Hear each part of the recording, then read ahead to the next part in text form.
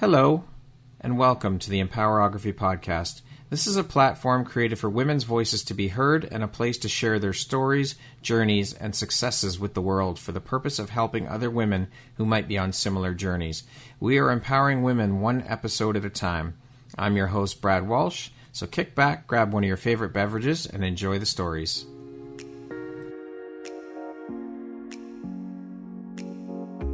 Are you an author, speaker, coach, or entrepreneur building a brand in today's very crowded marketplace? How do you stand out? Join me on September 27th and share 97 minutes of your time for just $97 and learn how to empower your brand message and shine as a guest on podcasts. iHeart's doing it. Spotify's doing it. You should do it too. Join me and spend 97 minutes of your time for just $97. You can find the registry link in the show notes. Hope to see you there. Hello there, Brad Walsh here, your host of the Empowerography Podcast. Today, my guest is Divya Ramachandran. She is a leadership and executive coach, a workshop facilitator, and a speaker. Welcome, Divya. It is an honor and a pleasure to have you here. How are you today? Doing great. Thank you so much for having me here, Brad. Thank you so much for taking and making the time to be here with me today to share a little bit about your story, your journey, and the beautiful light you put out into the world through the work you do. I'm excited to jump in and start the conversation. So I'm curious, how long have you been working as a leadership and executive coach? So I've been doing this work for about 5 years now. Okay. And so what were you doing before you made the jump into entrepreneurship, and what was the catalyst for you making that leap into the entrepreneurial world? Yeah, so I actually have a background in tech, studied computer engineering in college and went to graduate school. I came to do my PhD in computer science. And at that time, I actually realized that I cared a lot more about people than computers. And so I found a way to work on designing products that were really addressing human problems. And so that's kind of the passion that I've had. And I was driven by that for the next about decade of my life. I was working at a number of different startups in the Silicon Valley. And I was actually leading a team of about 5 or 6 product managers and product designers at this AI startup about 5 years ago, a little more than that now, when I worked with an executive coach. And I worked with them to kind of help me just deal with a lot of the challenges I was facing and really understand more about leadership. Of course, when I started working with them, I thought I was just going to ask them for tips on how to do my job.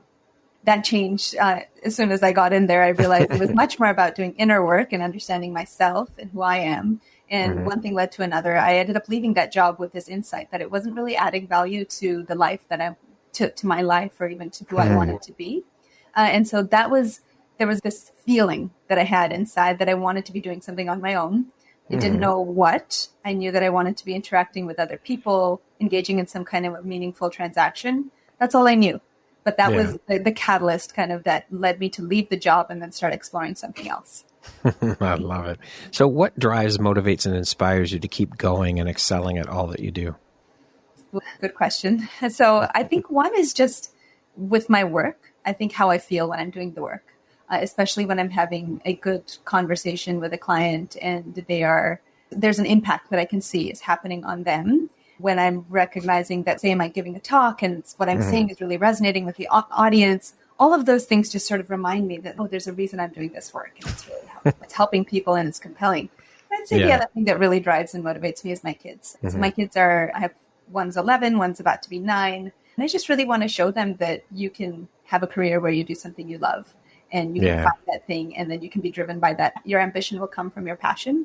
And my job is like a personal development course, being a coach. I'm constantly working on myself to be able to show up the best I can for my clients. But also that's leading me to also want to show up in the best way possible for the relationships that matter most to me, including my kids. And my partner. Yeah, for sure. You're leading by example for them, and they see what's possible.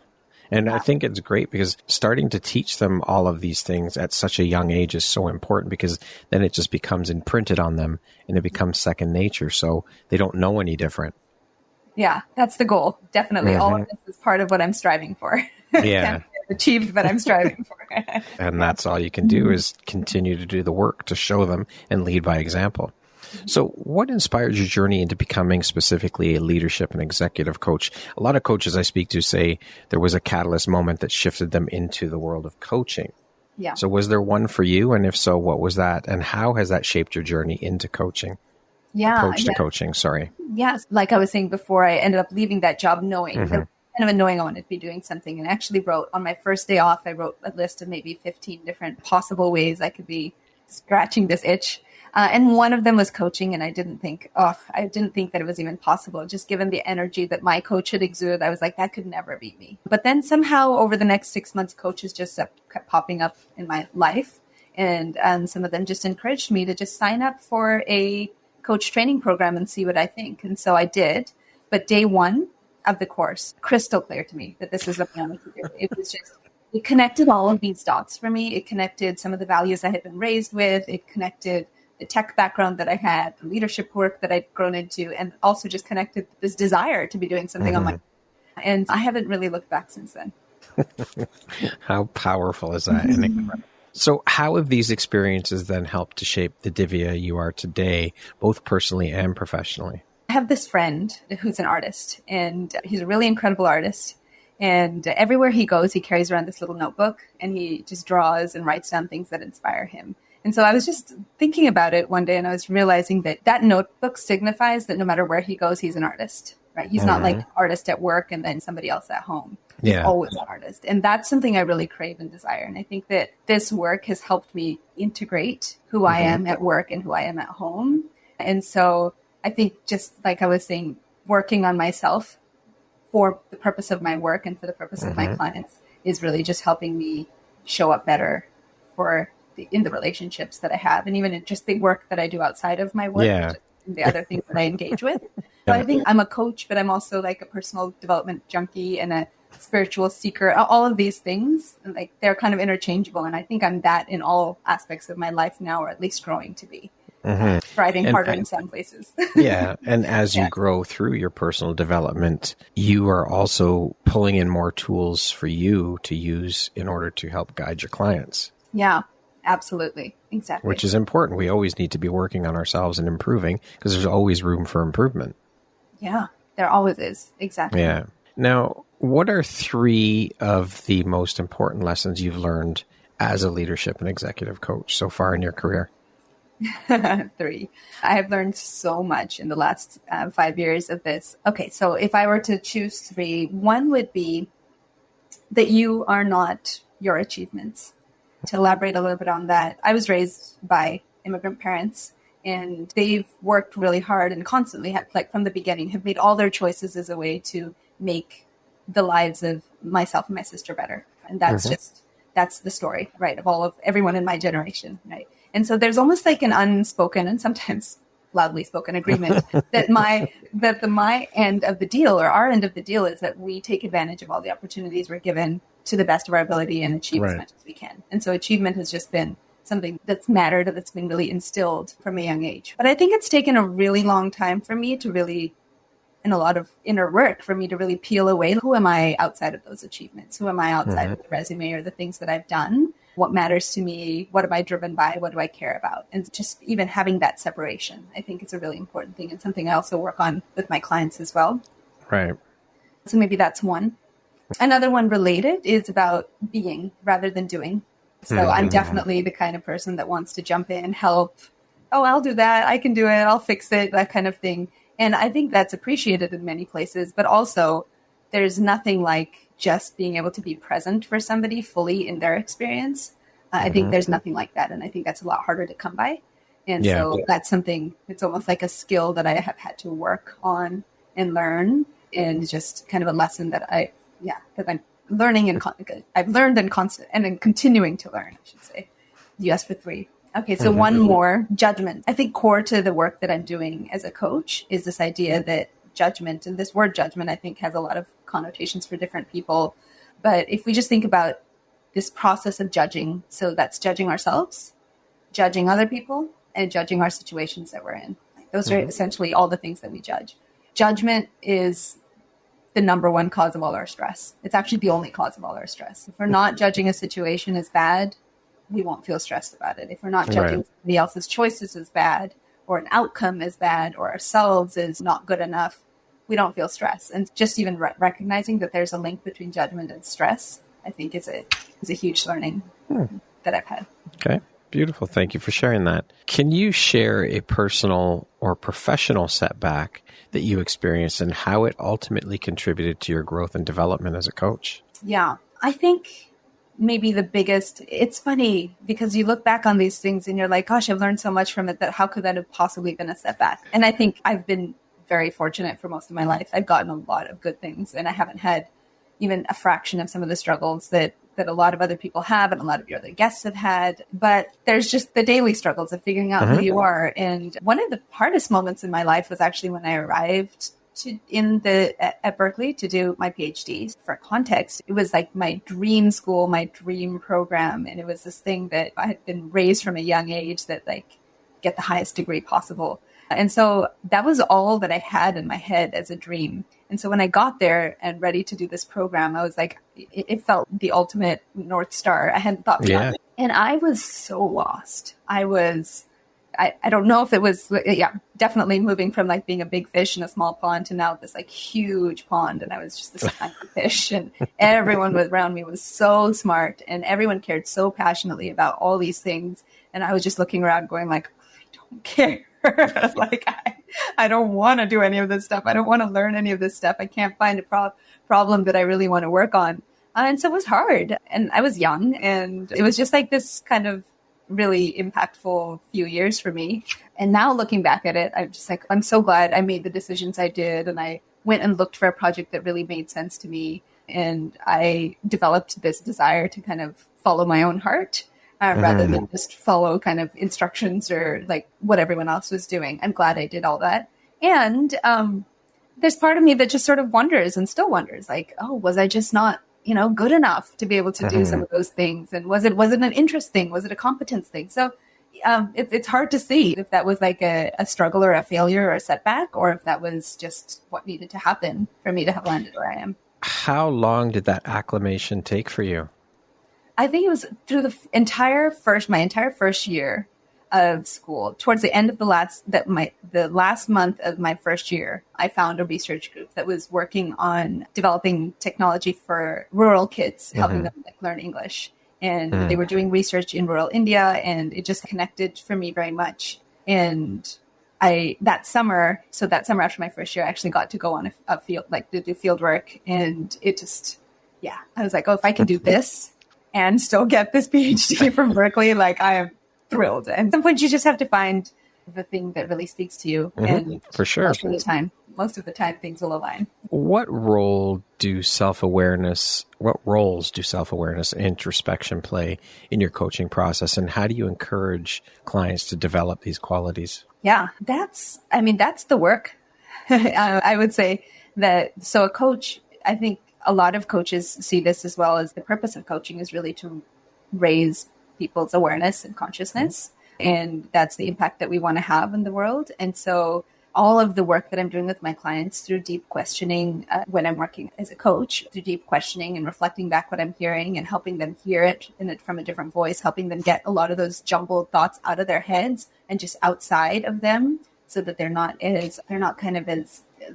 kind of can take over our thoughts inside of us, can really take over unless we can give them voice. And so helping them do that enables them to really build that awareness and then find out like how are they holding themselves back and what is it that they really want. And so I think that is the most important work. And then so I'm helping my clients do that in session, but also kind of teaching them different kinds of techniques as well to be able to do that on their own. Right. Because as they develop their awareness in our sessions, that's then applicable to other situations outside of sessions as well. For sure. Now, of course, mindset is going to play a huge part in leadership, business, and being a good leader. So I'd love to speak a little bit about the whole mindset piece with you and get your take on it and your thoughts. Can you speak to how important a part mindset played in helping you through your journey, through your struggles, and just how important it is to our daily routines and our successes? Yeah, I think mindset is everything. I wonder if there's anything else sometimes that even matters. So the way I think about mindset, I have a lot of different frameworks that I use, but one is really that the framework that I did my first coach training program around is around energy. And so it really helps. So this is called energy leadership, and it's developed by Bruce Schneider.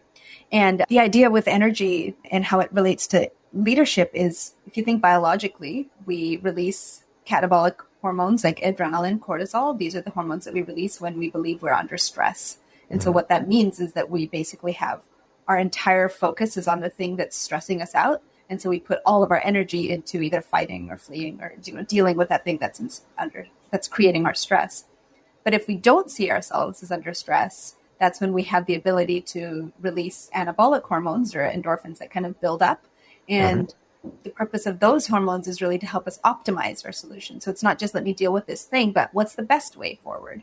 And so when you think about from this perspective of mindset, what are we doing here? We're saying if I'm coming at it from this catabolic place and my thoughts are, I need to deal with this thing is stressing me out, this deadline is looming, these people are mad at me, my boss is going to fire me or whatever. If we've got those thoughts coming in through our head and that's what our mind is telling us, we're going to approach that situation in a very high stress, very different way. We're just going to do whatever we can to get away from it. And it's going to be very stressful in the process.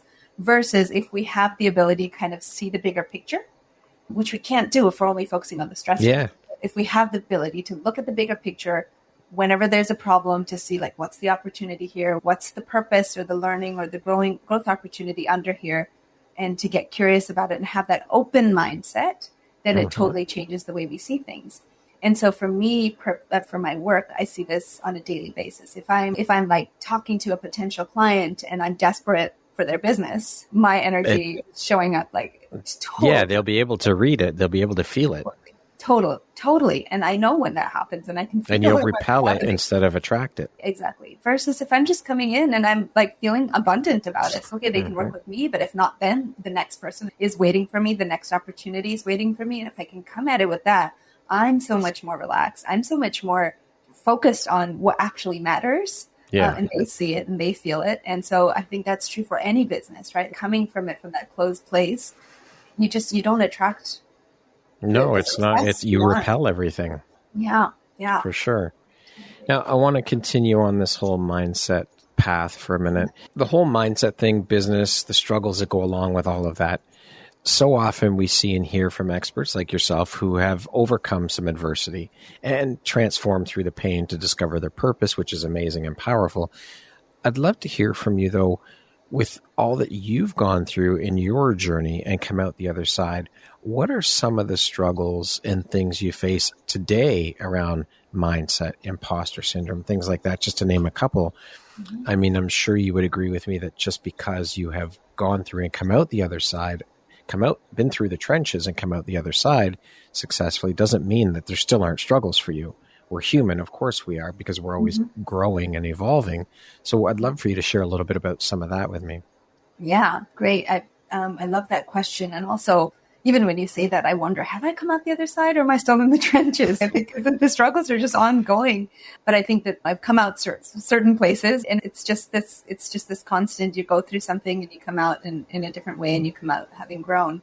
For me, I would say the biggest learning / struggle that has always been is around the thoughts that are holding me back from being willing to and trying to achieve what I can. And I notice even on a daily basis that there's going to be some level of imposter syndrome that's coming up, or some level of me bringing the baggage in with me into, say, a session or into a sales conversation or something like that, where I'm wondering, really, like, me, they want to hire me for this, and am I going to be the one that's going to be able to address this problem? And I mean, some of the struggles that I've gone through around that are, first of all, I made the choice to leave a job and a career path where I was doing well. And I made that choice to leave it because it just didn't feel like it was the right thing for me.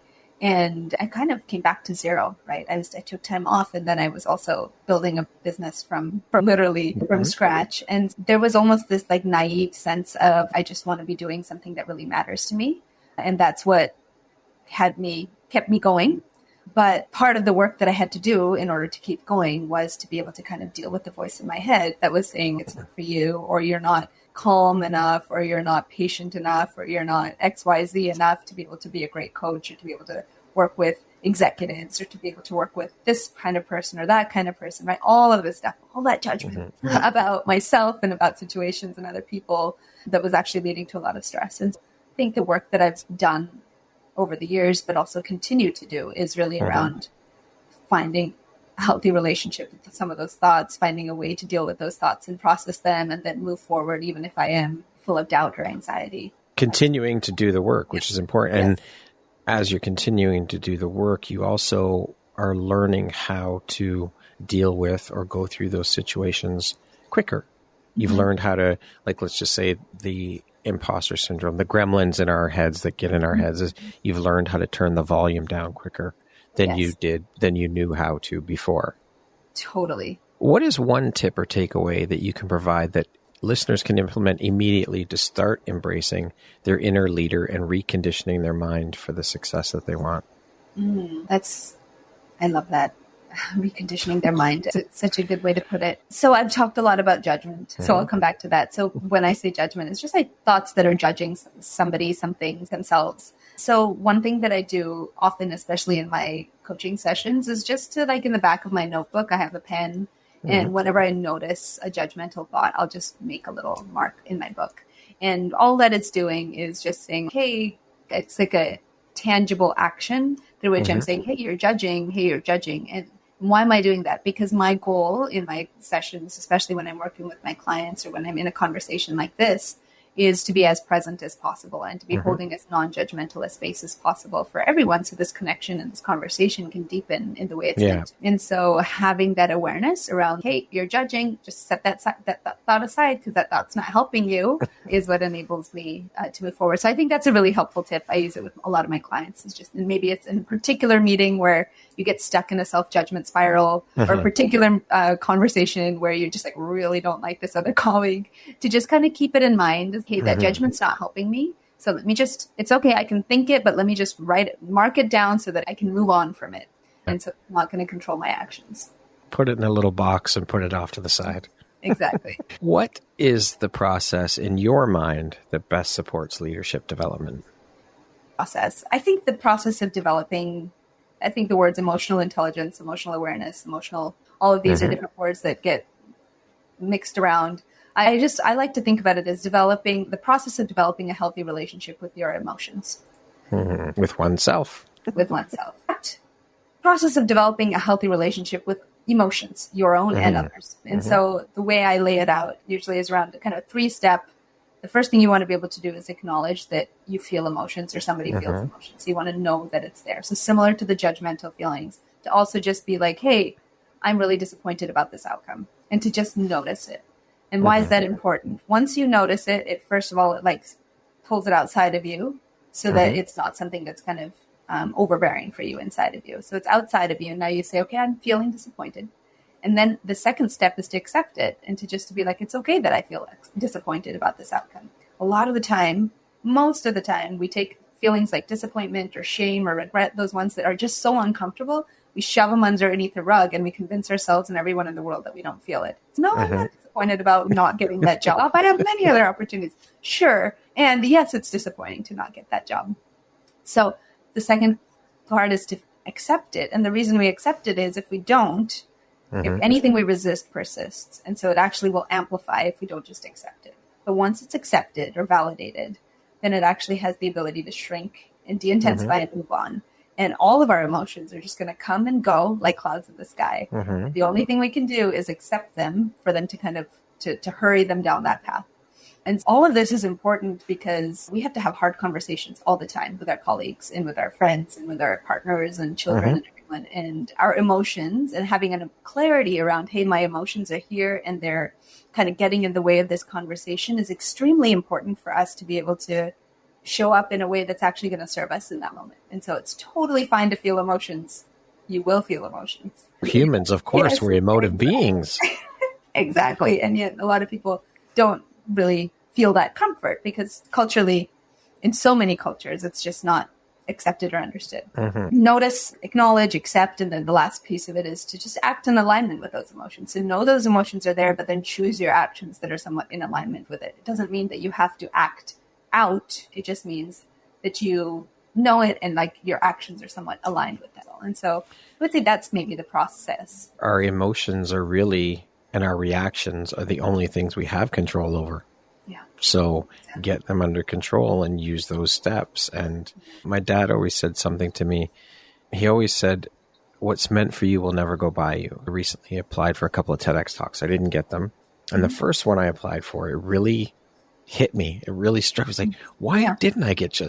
And then I thought about, I sat with that for a little bit, and not to say I got over it like that, but it stayed with me for a bit. And then it rang in my head. It rang in my mind. What my dad says, okay, that's okay. That just means that there's something bigger and better coming down the road. Yeah. That's okay. That stage was not meant for me. And there's a reason why it wasn't meant for me. So I'll just keep going, keep moving, keep applying.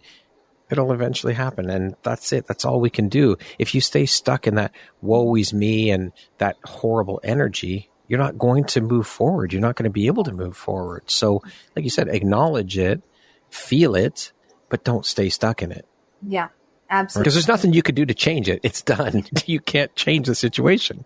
Totally. And often we feel stuck in it because we refuse to accept it. Like we refuse to, like, I feel disappointed and it's not okay for me to feel disappointed about this. Well, which is the second step in what you were saying, right? Accept it. Exactly. Oh, yeah. Well, it's so important. You have worked obviously with CEOs, leaders, innovative minds in leadership. So I'd love to hear your thoughts and opinions on what the differences are between an expert, leadership, and thought leadership. Okay. I think that's kind of interesting. I don't know that I have an answer. I can share my thoughts. So leadership, let me start with the middle one, just regular old leadership. So my school of training, coach training, actually defines this, and I like this definition as any interaction where influence occurs, and that can be knowingly or unknowingly. And so that means that we're all leaders in every aspect of our lives. And it doesn't matter what your age is, where you are on the corporate ladder, where you are in the hierarchy, any of that. We're all leading one another. So children are leading their parents as much as parents are leading their children, right? It's just all over. And so as long as influence is happening, that's leadership. And so I like to just think about leadership as just that, just a place where you influence. I would say that an expert is somebody who's worked really hard at and has developed skills and has a ton of experience in something that they do. So I think that's just about a specific skill that you're just specifically very good at. So that could be a skill that's a technical skill, or it could be in communications or something like that. But it's something that one has a lot of practice in. And thought leadership, I think a thought leader is somebody who has expertise specifically in the way they think. They think in an innovative way, and they talk about it in an innovative way. So they have kind of the expertise through which to kind of take their thoughts and package them and deliver them, whether through writing or speaking or other modes. And through that are able to influence. And so I think all of these are influencing, but with expertise and thought leadership, it's maybe a little bit more nuanced. Yeah. Okay. Beautiful. Yeah. Thank you for that. What do you consider to be a couple of essential traits of a successful leader? Yeah. Okay. I think number one is awareness. I think we've talked a little bit about awareness already. The ability to notice the judgment, notice the thoughts, notice the emotions, notice when it's coming up with other people. So kind of just notice when your stuff is getting entangled with other stuff. So just developing awareness is number one, self-awareness and all of that. Two, I'd say curiosity. So curiosity is our one powerful weapon against judgment. Anytime we judge something or someone, if we just get curious about them instead and curious about, hey, is that true? Do I really, are they really that way? Or is that really true? Or is this really true about me? Once you're curious, you can't be judging anymore. And so I think being able to be judgmental. And if you bring this in as a leader, you're bound to get into conflict. There's always going to be conflict. And there has to be, because you're working with other people who have different points, opinions, and values. That's normal. But if you get curious about the other person's point of view, rather than kind of judgmental or aggressive or just try to push your point of view or try to convince them, if you get curious, there's no way you can escalate that conflict. Right. You can resolve it and you can make progress on it, and you can still be in conflict, but you can't escalate. Yeah. I think curiosity is really important. That's also important for conversation too. As you mentioned, we were talking about conversation for a minute there, and the importance of conversation. And I believe that conversations is the catalyst for change. If we don't talk about things, nothing's going to be changing. But it's also about, like you said, being curious in conversation, going into a conversation with an open mind, an open heart, and open ears to actually listen. That's a problem that a lot of people have, is listening. People don't listen, or they listen only to respond. not Yeah. to actually listen and hear what the Yeah. other person is saying. You don't have Yeah. to go into a conversation thinking, I'm going to change Divya's mind on her opinion. I'm going to force my opinion on her. No, you can express your opinion and in turn, listen to Divya's opinion as well. And you may walk away from that conversation with a completely different perspective that you never even thought of. Yeah, completely. Exactly. Exactly. I mean, there's the, yeah, often we think about conversation as just the speaking part, right? Yeah. But a conversation is two ways. And yeah, and It's an exchange of energy. Exactly. Yeah, I like that. Yeah. Leadership growth, of course, is an ongoing process. How do you instill a mindset of continuous learning and growth in your clients, encouraging them to evolve as leaders throughout their careers? Yeah. So this is, again, maybe another main purpose of the work that I'm doing with my clients, right? So my goal is to hold and create in our sessions a non-judgmental space between myself and my client, right? And I'm holding that space for them. And in a lot of situations, this is the only space they have for that, right? They don't have somebody else that's non-judgmental, especially like a CEO, right? They feel so isolated in their role. And there's nobody there that's there to, like, nobody's got their back. Yeah. Everyone's just looking up to them to be perfect. And often, even internally, totally full of judgment towards themselves too, right? So there's no place where they have this non-judgmental place. But by holding that space, the goal is for them to be able to talk about the steps they've made, the mistakes they've made, the feelings they feel around it, and just be like, okay, so that's what happened. And that's what was meant to happen. And there's purpose and learning behind this. Let's talk about what that might be, right? After we've kind of not dealt with, but acknowledged and accepted the emotions that they have around it. So we give them the space to be able to talk about that and then just be like, all right, so, and what are we going to do next time about this? Or what are the choices that we have now? And why do you think it happened that way? And just to kind of kick ourselves out of that stuckness around I shouldn't have, I could have, they did it differently, these decisions, I made these bad decisions, like all of that, just to be like, okay, everything that's happened is happening for a purpose. So let's try and figure out what that is. Should have, would have, could have. We're always shitting on ourselves. Yes, we got to stop. Got to stop shitting on yourself. Absolutely. Now, as we know and are constantly hearing self-care, self-love, these things are vital. How do you encourage leaders to prioritize self-care and maintain a healthy work-life balance, if that is such a thing, amidst the demands of the roles? Yeah. So this is extremely important, but I think that it's not something that, I mean, everyone knows theoretically that it's important, but what we want is for people to feel it and to know it. And I think one thing, a lot of clients will come to me, I'll be working with a leader and then they'll talk about something that's personal and immediately brush it off and be like, oh my gosh, you're becoming my therapist now. And the boundary between coaching and therapy is not personal versus professional. I highly encourage all my clients to bring their whole selves to our sessions. And in fact, I think by doing that and by being able to bridge the connection between, hey, this thing is happening at home, this thing is happening at work, and how are they related, it actually helps them see how important it is to have that balance. Client who is going through a really tough time at home and that's showing up in their lack of productivity at work. Of course it will. It always does. These things bleed into other areas of our lives. Absolutely, because they're fully human and they're the link, right? And it's all happening through them. But when you start seeing that and when you start recognizing the pattern of that, it just sort of starts becoming very clear that, hey, I need to resolve this thing at home in order to be more productive. I can't just think about implementing a Pomodoro method or something to get more productive if this is the thing that's actually making me not productive. And so you have to kind of go deeper. And so I think by just being able to bridge the connection between the two, it starts that awareness around the need for balance and the need for self-care. It starts becoming more clear. And once we know that's important and we can experience how much better we feel when we've done it, I think that's what's in it. That's what enables us to actually take on those practices a little bit more. Yeah, beautiful. With more commitment. Can you share a specific coaching technique or exercise that you find particularly impactful in fostering personal growth and development in your clients? Yeah. I think my personal favorite right now is around acknowledging and validating emotions. I know I talked about that a little bit. That's okay.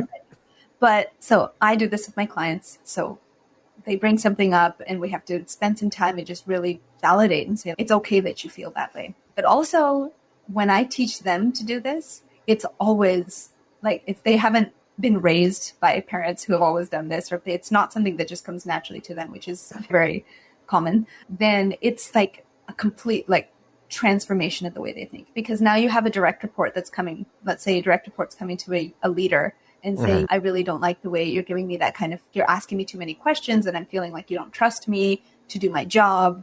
And I don't want you like asking me all these questions and it's really frustrating. Let's say that's the feedback they're getting in their report, right? So most leaders will be like, I'm your boss and I need to ask you these questions. And like, how dare you feel frustrated about it? That's kind of the gut reaction, right? But for them to just listen to that and just be like, I can see why you feel frustrated by the way I'm asking these questions, especially if it feels like I don't trust you. And so just to validate that emotion and to just sit with that for a little while and be like, yeah, I'm sorry you feel frustrated, but I completely understand why you are.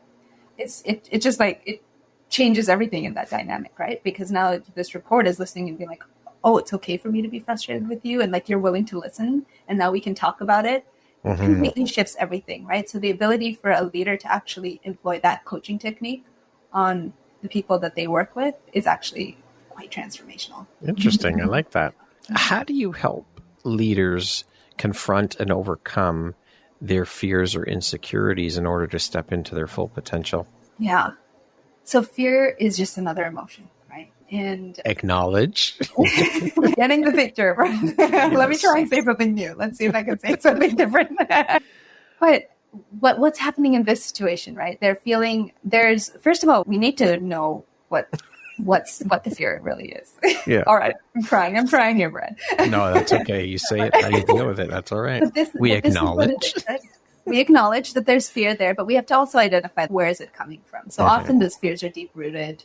You mentioned the gremlins before, right? Those voices inside our head often go that the insecurity around like, I need people to like me, or I'm not relatable enough, I'm not likable enough, I'm not confident enough, or whatever it is. All of those the voice that we have inside of ourselves, that's all very deep rooted, and it comes from back in our childhood is what those messages actually get instilled in us. And so we have to develop a relationship with that voice and help bring it outside of ourselves. And that's the first thing. And so you can examine it. And when you can bring it outside of yourself, then you have the ability to explore other choices. So what are other perspectives I can bring to the situation? Okay, let's say that voice is not serving me, but what could I use that voice to remind me of instead? Right. And let me maybe provide an example around this. So let's say you have, a leader, this comes up often, like a leader who feels very uncomfortable speaking up in a particular setting. Let's say it's like around other leaders, or maybe it's like a woman who's in a meeting with mostly men, right? And it just feels really uncomfortable to share my thoughts in that moment. By the time I'm ready to say what I want to say, the conversation's moved on, right? Or somebody else has said it already. And so we're trying to deal with this like fear or this anxiety that's coming up. And so we have to kind of go deep to figure out like, what is it? Why is it that we're feeling this way? And often we'll find either kind of something that's really deep rooted around, I'm not really comfortable. Like I have had the feedback when I was young that I don't communicate very articulately. And so if I don't say it in an articulate way, people are not going to understand me. So we have to kind of work with that. Yeah. Or it might be judgmental thoughts. So they're sitting there in that meeting going, everybody else just speaks to get their voice heard. And I don't want to be the kind of person who does that. Maybe that's not why they're speaking. If you're judging them, it means you're holding yourself to the same standard, and that's holding you back. So how can we bring awareness around that judgment and then move forward? So again, fear exists for a reason, but it doesn't have to hold us back. If we know it's there, we can still move forward and do things knowing it's there. If we don't acknowledge that it's there, then it's just going to wreak havoc on us. Fear can propel us forward too in healthy amounts. I think it's healthy to have a certain amount of fear within ourselves, because I think that also keeps us grounded. Yeah. So fear can be good. It can be a motivator. It just all depends on, are you going to let it paralyze you, or are you going to let it motivate you? One of the two, exactly. Right? Exactly. I mean, fear is often an indicator that we're trying to step outside of our comfort zone. And if that's something, you don't want to blindly step outside of your comfort zone, but you want to examine it and say, if I step outside of this comfort zone, what's the bigger picture? What is my win going to be here? Yeah. I could do that. Like, how is that going to help me grow? And so we want to just bring all of that out into the open, talk about it, think about it, reflect on it, write about it, whatever it is, to unblock ourselves. Looking back on your own leadership journey, What is one piece of advice you wish you had received earlier on in your career? Yeah, I think it's funny because I was recently speaking a child of somebody who I'm very close to, and he's in his early 20s now. And we were talking about, in addition to this train we're already on around collecting accolades or achievements or growing, and getting the next degree, getting your first job and moving up in your job, getting promoted, all of those things that we're just on this ladder, right? But in parallel to that train, there's another train that you need to get on, which is the train where you're trying to learn about yourself and understand who you are, understand what matters most to you, get clarity on some of those things, and also recognize like these things keep changing. So it's a train, right? It's not like you check the box and you're done. There's also a parallel journey that you want to be on. And I think that I was well into my 30s before I even figured out what my core values were, even realized that was a thing. It was a real struggle for me, figuring out who I really was and what mattered to me. And just kind of doing that work alongside it, I think is so important. And I would encourage all the young people to start thinking about that, right? To start thinking about it now. You don't have to, don't do the things everyone's telling you to do. Don't do things that you think are going to like get you the most money or whatever it is. Do what makes you happy. Do what makes you happy. Exactly. Do what makes your heart sing. Do what makes your soul sing. I was just talking with someone about this earlier today. It's like, we spend so much time of our lives working. So why wouldn't you want to be doing something that brings you joy instead of being miserable and stuck in a job you hate? Like living for those 2 days every week, the weekend. Yeah. And pissing and moaning all week long because you hate your job and being stuck in that perpetual cycle. That's not only does that not benefit you, it also brings all the others around you down into your energy. Yeah. So take the time, invest the time in you to find what makes your soul sing. Find what makes you happy and do that. It's so important. We only get one go around, at least in this realm. So you might as well make the best of it. Yeah. What do you think your unique skill set or superpower is that's helped you become successful? I think that sometimes I have an almost naive sense of, a naive self-belief, a naive sense of ambition, maybe. Like that, there's this thing and I want to do it. Okay, I'm going to go and do it. And sometimes I look back at it and I was like, how did I have the guts to make that decision? But there's like some kind of an intuitive, I'm going to do this. I'm going to just make it happen. And I've never truly regretted it. It's almost always been a good thing. I think, So sometimes, I can do that. Speaking of success, how do you define that word? What does the word success mean to you? I think more and more, it's just about how much joy I'm experiencing or how aligned I am with what I care about or what my values are. What would you say is one of the most important things you've learned in your life? And what was your life like before you learned it?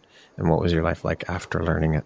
Ooh, start sounding like a broken record here. I think the connection between the fact that I create my own stress, that it's my judgmental thoughts that are creating my stress.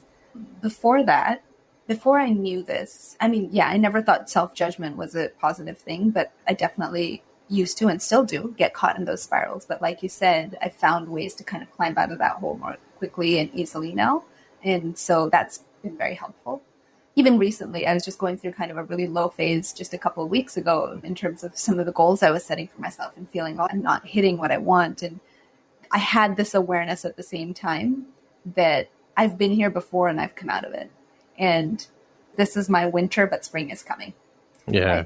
Right? That awareness makes it so much better because, this is hard, but something good is coming. And I think not having that awareness before meant you would just be sort of stuck in that feeling for a longer time and not necessarily find the opportunities when you're stuck there. But also judging other people. So some people just do that because, not some people, we all can get involved in like judging other people, get judgy about other people because it can be funny. It can actually be funny. Like you can bond with other people around making fun of situations or things. And so there's an attraction there. There's a draw there. Yeah. But just kind of having more awareness around the impact of that overall and how eventually if I'm judging other people for this, then at some point I'm wondering if other people are judging me for that. Right. And it can backfire. And so just building that awareness over time and recognizing like how all of these things are eventually contributing to my own stress. I think that's been that's been huge for me in the last 5 to 10 years when I've learned all of these things. Yeah. We are our biggest obstacles, our biggest hurdles. It's us. We create our biggest problems. Yeah. Yeah. And get in our own way. Yeah. We need to learn to get the hell out of our own way. Exactly. Which is not easy. Yeah. What does the word empowerment mean to you? So funny you asked that question because when you were saying we are our biggest obstacles, I have this, I have the two feelings, two responses to that, right? It's just, gosh, we really need to get out of our own way. And it's like this heavy, weighty, like, it's me, it's my fault. There's like a little bit of an experience like that. But there is also an empowering aspect of that, right? We are our biggest obstacles. That means that it's in my hands. Yes. And I think that's what empowerment is. It's in your hands to make choices to get yourself out of whatever you're stuck in. And I think that's extremely, if that's not empowerment, what is? Because it means that all the stuff outside of you, all that stuff that you think is the problem, it's not the problem, you're the problem, which means that you can fix it. And so I think we have all the answers inside. Yeah, exactly. I love that definition. Yeah. Okay, we're going to jump into a little rapid fire section here. So the next grouping of questions, just 1, 2, 3 word answer type thing, okay? Okay. How would you describe yourself in one word? Energetic. If you could be remembered for one thing, what would it be? Being a good person. If you could teach the world one thing, what would that be? How to validate emotions. Of course. What is one thing you love about yourself that is not related to your physical appearance? My excitement about things, ability to get excited. If you were writing your autobiography, what would the title be? Brown Girl from Utah. That concludes our rapid fire section. Now back to our regularly scheduled. I created a question that I did not send to you ahead of time. I call it my bonus question. Oh, okay. If other people could use 3 words to describe you, what would you want those 3 words to be? Ooh, so these are aspirational: calm, present, and curious. Beautiful. Who in your life has had the biggest impact on you and why? Ooh, I think both my parents, but I'll talk about my dad. Okay. So my dad has this amazing ability still to turn every situation into a funny one. And so just his ability to turn conflict into just lighten the mood, diffuse the situation so easily. Just see the humor and the light and the kind of fun and everything. So he's a huge influence for me and kind of a great reminder, especially when I'm stuck in stress. And also is very excited about creative endeavors and community building and all these things that I find myself very attracted to and moving towards as well as I grow older. Okay. Humor is a great mood lightener for sure. What aspect of your personality do you think has been the most helpful in your career? I think my drive. Once I've set my mind on something, I'm quite driven to make it happen in one way or the other. What is one lesson your career has taught you that you think everybody should learn at some point in their life? Just the importance of understanding yourself. If you could step into my shoes, what question would you have asked yourself that I didn't ask you? Ooh, done a pretty good job here, Brad. Thank you. Yeah, nothing is coming up to mind right now. Thank you. I received that. What is your why, Divya? Deepening human connection. What is one of your biggest failures or life lessons, we'll call it, and what did you learn from it? Do I have to pick one? One of the biggest. Yeah. I mean, I think I was talking about my time when I first arrived at Berkeley, and gosh, there's so many little things constantly, like these little conversations where I feel like I could have shown up better. So I think that's something I feel like I have been able to recover from or learn from all of them. So nothing is coming up as, yes, that is a failure and absolutely stays a failure. I think that I've just sort of developed a relationship with those experiences to believe that they've served me in the end. Beautiful. So I think you grow from everything. Yeah, for sure. There are no failures. If you had the opportunity to sit down and have a 1-hour conversation with one woman, any woman in the world, who would it be and why? I can think of 2. Okay. One is Michelle Obama. I think she's incredible, and I'd love to learn just hear more. When I read Becoming, I just felt like I knew her, and I want to talk more about it. And then Brene Brown. I have so many questions for her. I loved her work. I want to talk to her about so many things that an hour would be amazing. Yeah. If you could go back and give your younger self one piece of advice, what would that piece of advice be? Find out who you are. Plain and simple, eh? Okay. Lastly, Divya, if you were to deliver your last 30-second speech to the world, your people, your tribe, your corner of the world, what would that last 30 seconds sound like? What words of wisdom would you impart? Gosh, Brad, this question. Okay. At this moment, I think it would be that struggles, anything you struggle with, it's just a part of life. And everything that you're dealing with is happening for a reason. There's learning and growth behind everything that's happening. Just, you can get curious enough about it, you'll find out why. And the emotions that come with the struggle, they're okay. Don't fight them, don't resist them, just be with them, and life will be more peaceful. Because what's life for if not for joy and peace and fun and happiness? Beautiful way to end the interview. Divya, thank you so much for taking and making the time to be here with me today, for sharing a bit about your personal journey and your story and the beautiful light you put it into the world through the work you do. It has been an absolute pleasure and honor having the opportunity to sit and speak with you. Thank you so much. I'm honored to have you as a member of the Empowerography community.